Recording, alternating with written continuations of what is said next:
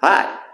Welcome to your first ever lesson of the Survival Fitness Plan Basic Self-Defense course. Today's lesson is stance and footwork. So, there's two types of stances. You have the passive ready stance and the aggressive ready stance.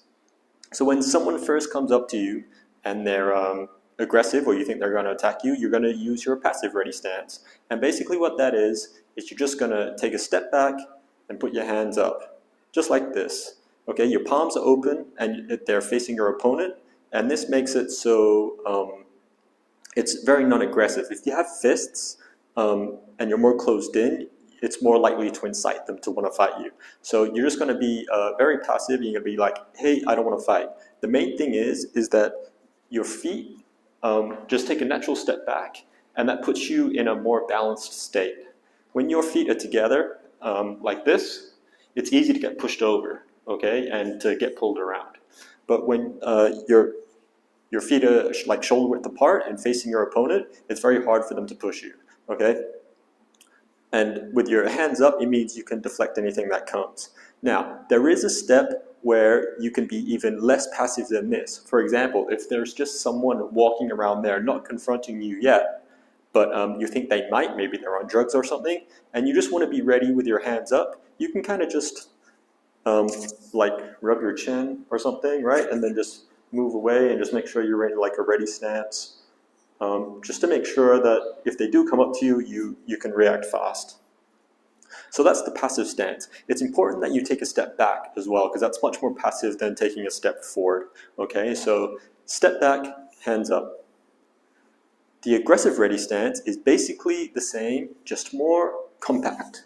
Okay, so now that's like, okay, he wants to fight, and oh, he's throwing a strike, or you want to strike, and you're in the fight now. So you're just going to go from here to here, okay? Your hands are up. You can be closed fist or open, depending on what you plan to do and how good you are at boxing or whatever.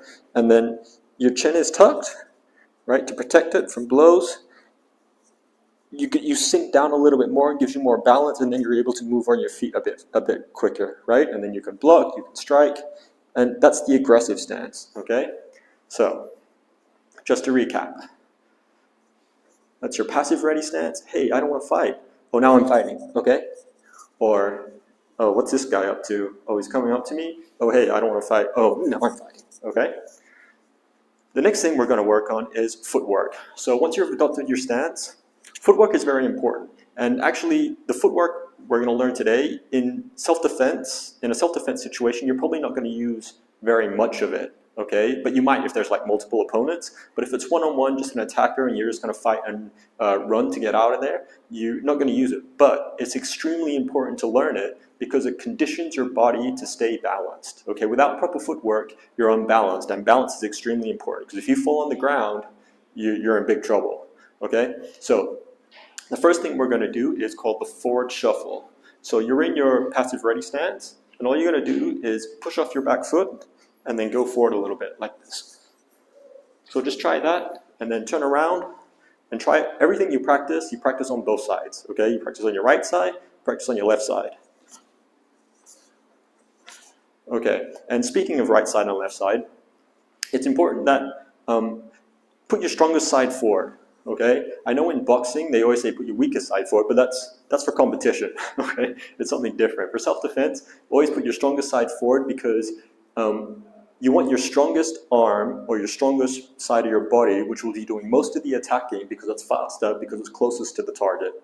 Okay, so always have your strong side forward because then you can do more damage. You can be faster. Yeah. Okay, so you got your front shuffle, just like that. Okay, don't go like this, right? Your feet are too close. You always want to keep, so this one goes forward, this one pushes off, and this one takes the place of where this one was, right?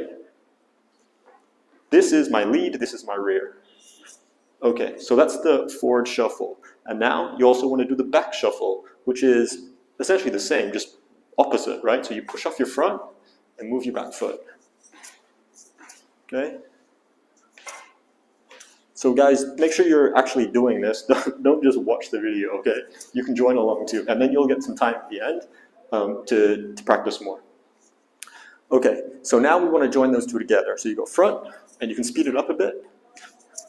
Back, front, and then other side. And keep your hands up. Always keep your hands up. Okay, now the next one is the side shuffle. Whichever way you're going to go, that's the side you move first. So if I'm going to go right, my right, your left, I am always moving that first. And if I want to go that way, I move this one first, right?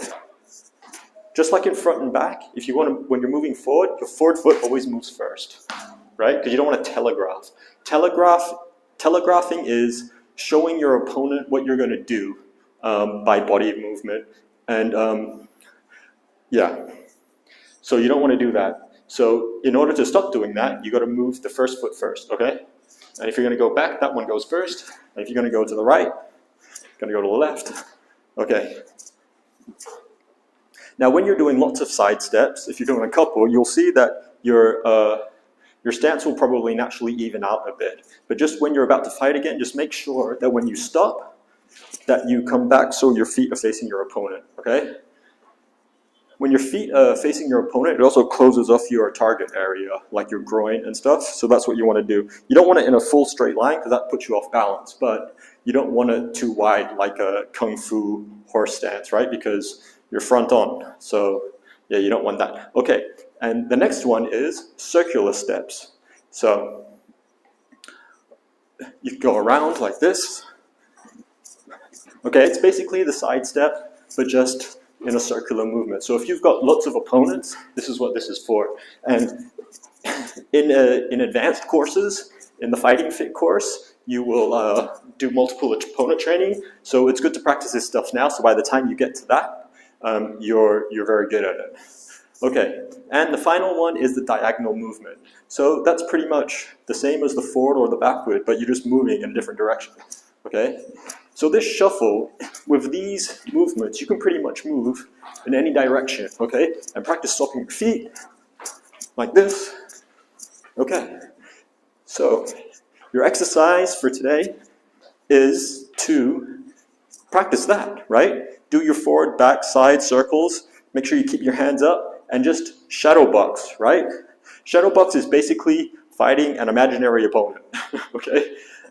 So just pretend there's someone in front of you and then move. And if you know some strikes, you can throw some strikes, but the main point is to practice your footwork and keep your hands up. Okay, that's it for today, guys. Yeah, go out there and practice. I'll see you in the next lesson.